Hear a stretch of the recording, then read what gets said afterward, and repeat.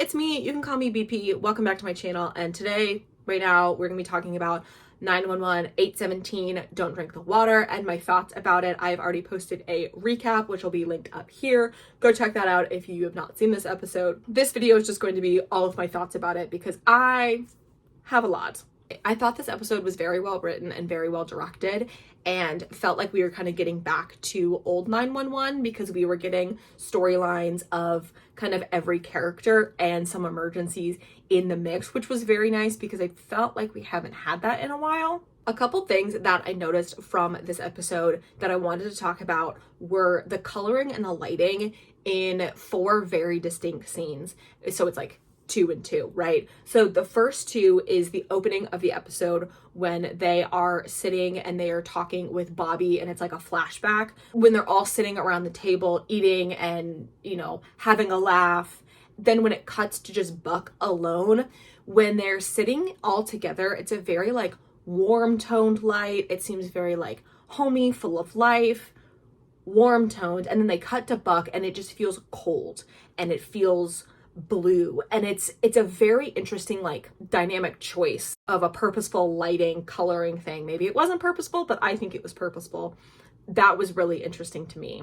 They also do the same thing with Buck and Eddie when they are in the kitchen fighting. The lighting is very cold, very halogen-y, very LED bright blue lights. And then when Eddie comes back with Chris, the lighting in the kitchen and in the house is just very like warm and oranging and inviting. And so I thought that was a very interesting contrast, mainly because like unless they have like an app where they can like change the color of the lighting, I think it's I don't know, but I thought that was funky. But I really liked it, and I think it was just kind of showing the coldness and the hard feelings of it all. Another thing that I thought was very interesting is back earlier in the season when we saw Eddie at the confessional booth, if you're like looking at it, if you were like staring at the confessional booth, I don't know if this is going to be the right side, this might be mirrored, but if you were staring at it on the screen, Eddie was on the left-hand side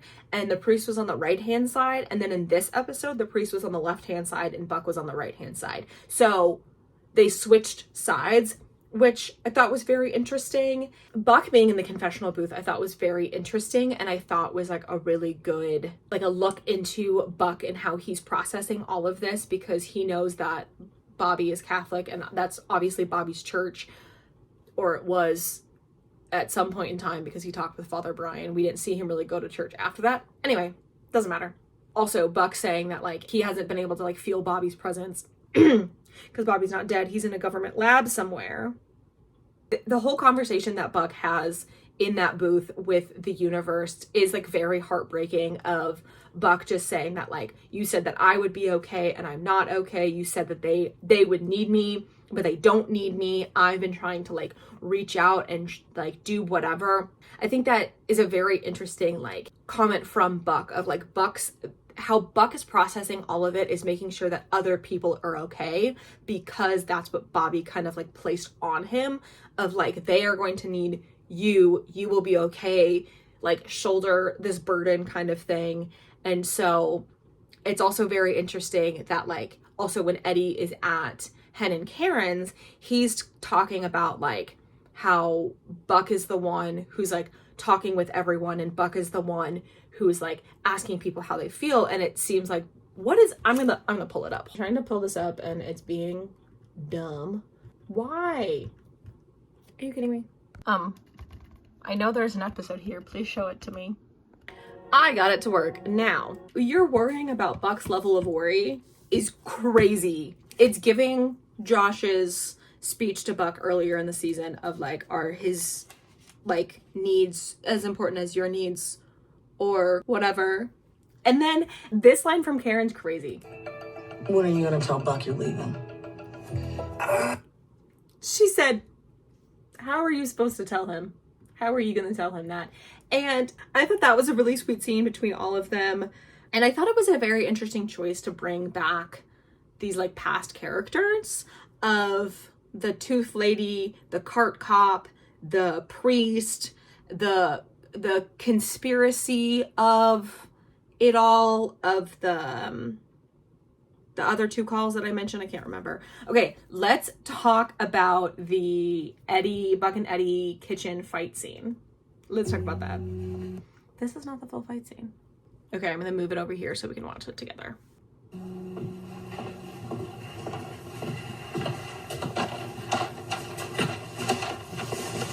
Said I was gonna get the groceries. First of all, domestic as hell. So domestic as hell. Also, passive aggressive slamming of the cabinets. So real. Well, I was out. It's fine. Doesn't feel like it's fine.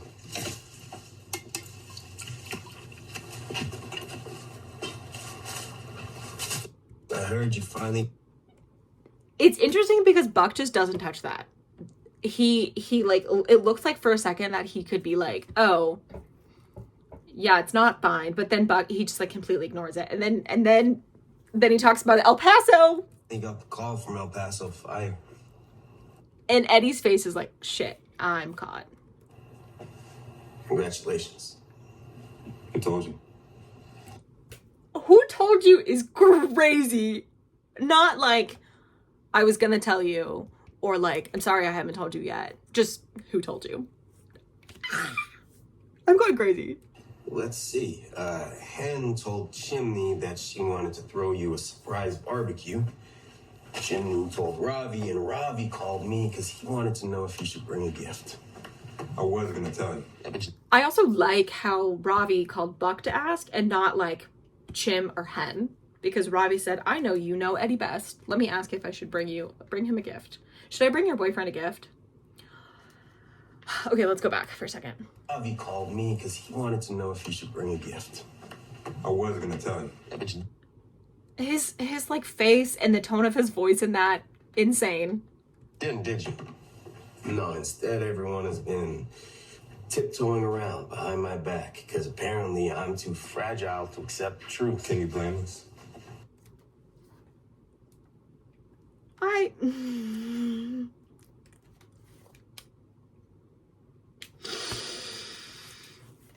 Also, the implication of Eddie saying, like, can you blame us, means that, like, Eddie has also acknowledged that he's tiptoeing around Buck's back because he also thinks Buck's super fragile.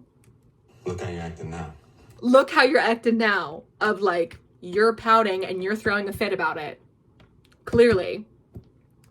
You really think I wouldn't have been happy for you? No, I know you wouldn't be.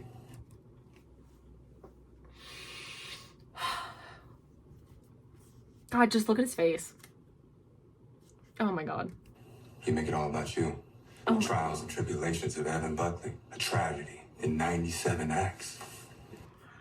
He is so dramatic. That is like the most dramatic thing I think he could have ever said.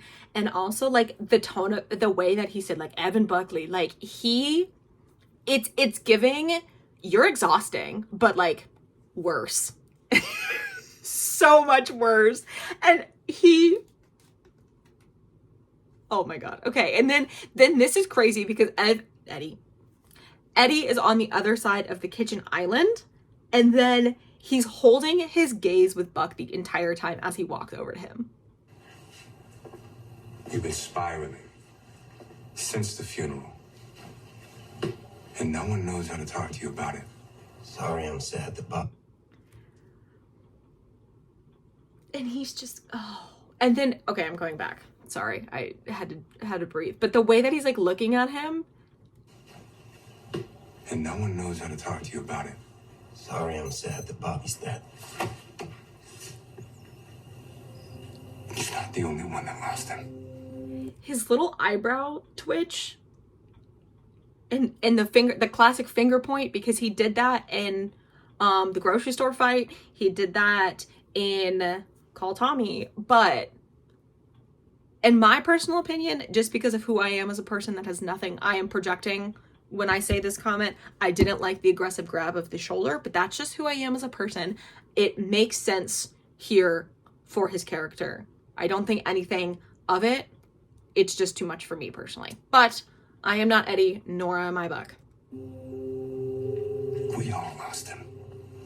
And we're just trying to do our damn best to get through it. Okay, that's where the scene cuts on my recording. in that scene, I think it made like perfect sense for Eddie to like react the way that he did. And then what we didn't see in that scene was like Eddie finding out about Bobby alone, and Eddie like sitting by his bed like trying not to like make noise as he like processes. It's heartbreaking, absolutely heartbreaking. It's just like a very interesting like dynamic between the two of them, because I think that like they're clearly like I've seen a lot of like really good takes about it, and I think like the main thing that people are talking about is it's just like they're dancing around the issue of like they both needed each other, but they like were too afraid to like say anything, and that's like the crux of the issue. Even though like Buck clearly like earlier in the episode said like I've been reaching out to other people, but like so Buck isn't actually making it about himself. He's making it about everyone else and not himself. It's giving back to like season 6 of like Buck coming into Eddie's house being like, please don't ask how I am. And then Eddie being like, can I finally ask how you are? Like Buck not wanting to talk about his own feelings, putting that on other people, making sure other people are okay, that kind of thing. And I just think it's really interesting. Then with Eddie and the sheets and the note, and people are like, okay, well then where was Eddie sleeping? Was Eddie sleeping on the couch? I don't think he slept on the couch. I don't think they would have put a fitted sheet and then a flat sheet and then a blanket on that couch. I'm thinking maybe he slept in Christopher's room that Buck made into like a guest bedroom or something. But I thought that Eddie was like gonna be like go back to Texas, and then the earthquake was gonna happen, and then Eddie was gonna like find out that news and run back to them. But I'm really glad that he went to go with Chris. And I think what probably happened is that Tia Peppa was the one who drove him to the airport and then drove them back. And I thought it was just such a sweet moment, especially like, I'm sorry, this look on Eddie's face, that man knows. That man knows. Tia Peppa, first of all, calling Buck Evancito, incredible. When did she find out his name was Evan? First of all, I think just it was very interesting having the two of them have a heart-to-heart and kind of talking about like that process of it.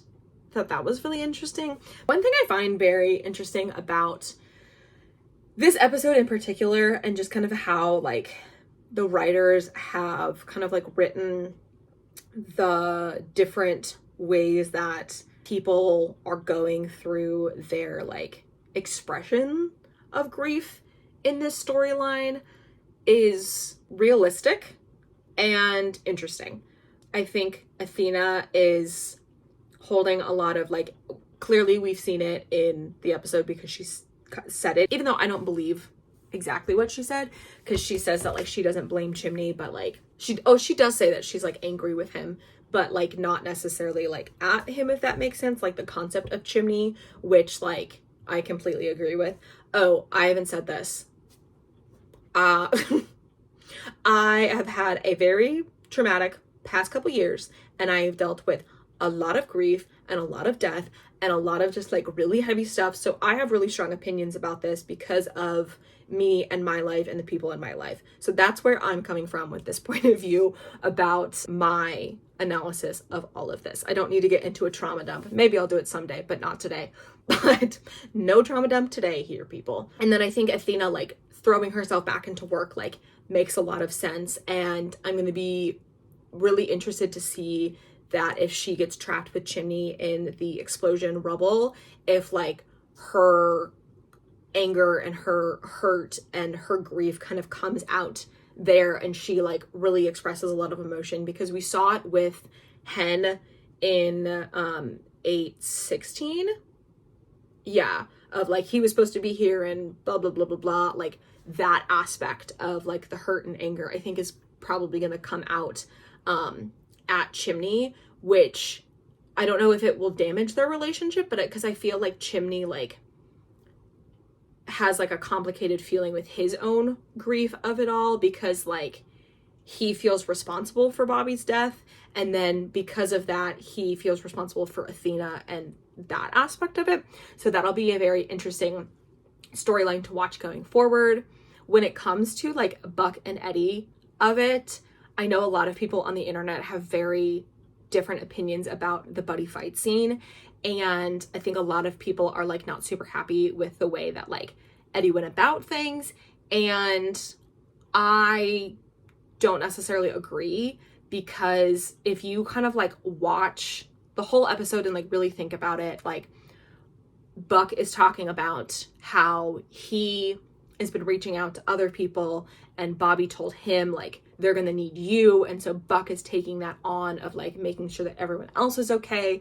But then like Eddie notices that Buck's taking on a lot of it, and Hen notices that he's taking on a lot of it. So it's really interesting in that fight scene that like Eddie's saying like you're making it all about you, when like he literally just said that like he wasn't. Like Buck is pushing all of his feelings down to like make the collective okay, and like Buck getting like really timid and really quiet, saying like, oh, I'm sorry, I'm sad that Bobby died. Like it's a very interesting comment from him.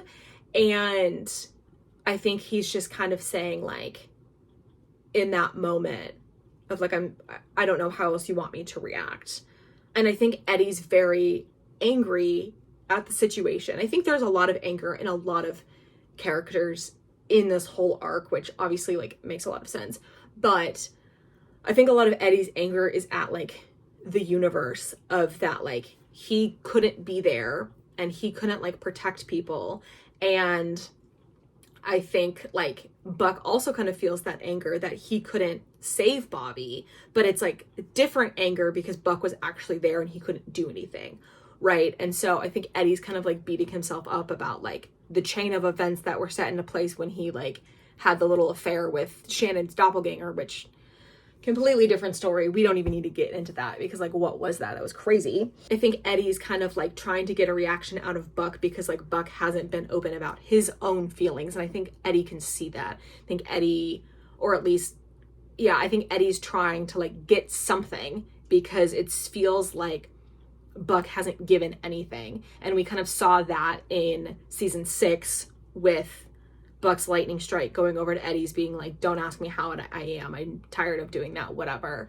And they had that really sweet heart-to-heart in the kitchen of like, am I finally allowed to ask how you are? I think the divisive moment in the fandom right now is like Eddie getting into Buck's face, which like he really like didn't. Like I said earlier in the video, I particularly didn't like that, but that's like my own feelings and my own projection about like my history, not having to do with that character. I think if you would have taken out the shoulder grab, I would have been fine with it. Like him getting like really close to him, I think is fine. So like whatever. I don't think it meant like Eddie was being like abusive or aggressive or anything like that. I think just like that was Eddie's like trying to get a reaction because he wanted something. He needed something from Buck. And I think like, and I think especially because of Buck and Eddie's relationship, that like they are the most like important people to each other, whether they like acknowledge it or not. And so for Eddie to have gone through this alone without anyone, when like he really just like, I don't really know where I'm going with this thought. I've just been word vomiting it, but I think the two of them have just been tiptoeing things and they just haven't talked about it, and they haven't forced each other to have this conversation. And so I'd be interested to see moving forward if they have like a conversation when they're like not emotionally charged of like how they've been like processing this, because like obviously it was super hard for Eddie to process all of that alone. Also, who called Eddie? I think it was Karen, or it was the chief or someone. Also, I thought it was rude that they called him in the middle of the night. I would have waited until like the next morning to call him because there's nothing he could have done that night, right? But I get it, it's a TV show, doesn't show the dramatic effect. We need to put all of our characters through trauma to make it interesting. I get it. Personally, I would have waited till the next morning. But timing is everything here, people. There's never a perfect time, but there's always a better time, right? I think it opens a lot of like bigger doors for like exploring relationships between characters, especially with Buck and Eddie, of like Eddie like knowing like also what Eddie needs. Of Eddie also needs his son there. And I think what was really interesting and really fun of like when Eddie like told Buck like, oh, someone was being like a dick to you or something, and he was able to like process that within himself of like, hey, I wasn't necessarily being super fair. Like, and I think what's interesting about this kind of collective grief among them is that like they can't necessarily fully hold the space for the other person as if it was like something else. So like when Shannon died, for example, Buck had a completely different relationship to Shannon than Eddie did. So he was able to hold that space because Buck really wasn't going through it. Or like if something were to happen to someone close in Buck's life that Eddie didn't really know, Eddie could have held the space for Buck. But since they're both going through this like collective grieving process together about the same person and like relatively similar relationships of like he was both of their captains and he really meant a lot to them and they both really had a really deep connection with him, you know, it's hard for them to hold the space for each other because they both need it, if that makes sense. I don't know if that makes a lot of sense. It makes sense in my brain of like, I can't necessarily be there for you because I need my own thing, you know, but also at the same time, they do need each other. I don't know. It'll be interesting to see where they go from there. I think having Tia Peppa be there in that scene with Buck was very sweet and was very like heartwarming. And I think it was nice because she was that third party for Buck and for Eddie of like, hey, I can hold this space for you and I can like tell you things in a way that you can hear it better from me than hearing it from someone else. So like her being able to tell Buck like, hey, change is hard and change is like is gonna hurt, but like you have to go through it to get through it, kind of thing. Can't go over it, can't go under it, gotta go through it, right? We're going on a squeegee hunt. We called it a squeegee hunt in my camp. I know it's also a bear hunt. I don't know what the fuck a squeegee is, but we're going on a squeegee hunt. We can't go over it, can't go under it, we gotta go through it, right? It was nice to see that they actually like commented on how different characters are kind of processing this grief that they're going through. I've clearly had a lot of thoughts about it, clearly been to a lot of grief therapy, should have probably gone through more, but whatever. Yeah, what are your thoughts about the episode? What did you think? I'm really excited to hear all of your thoughts, and I'm excited to see where we go. I will see you in my recap for the season finale. That's crazy. Oh my God.